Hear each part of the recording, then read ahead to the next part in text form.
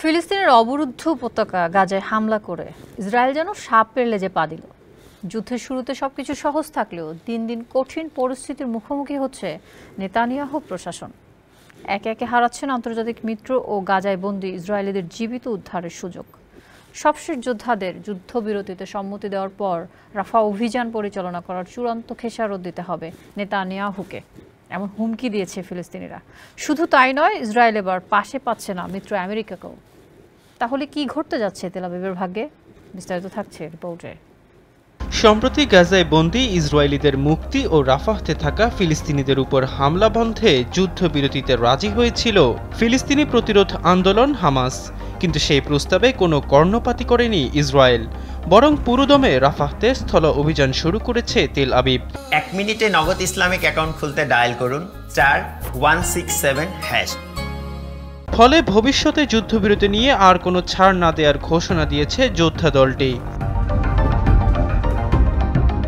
বার্তা সংস্থা রয়টার্সের এক প্রতিবেদনে বলা হয়, মিশরের কায়রোয় যুদ্ধবিরতি আলোচনা চলমান থাকার মধ্যেই নিজেদের কঠোর অবস্থানের কথা জানিয়েছে হামাস।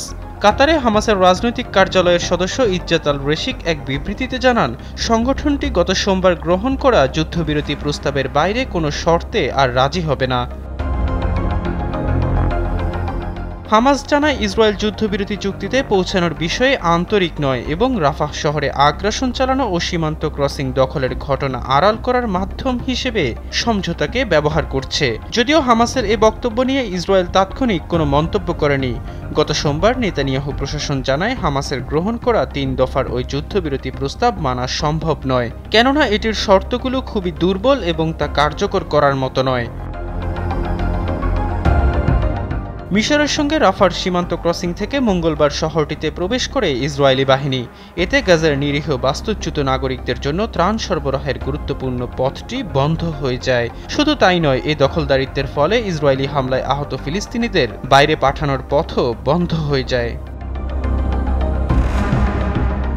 এদিকে যুক্তরাষ্ট্রের প্রেসিডেন্ট জো বাইডেন জানান, ইসরায়েল যদি ফিলিস্তিনের রাফাহ শহরে বড় ধরনের অভিযান চালায় তাহলে তিনি দেশটিতে মার্কিন অস্ত্র সরবরাহ বন্ধ করে দেবেন। বুধবার মার্কিন সংবাদ মাধ্যম সিএনএনকে দেয়া এক সাক্ষাৎকারে এমন হুঁশিয়ারি দেন বাইডেন।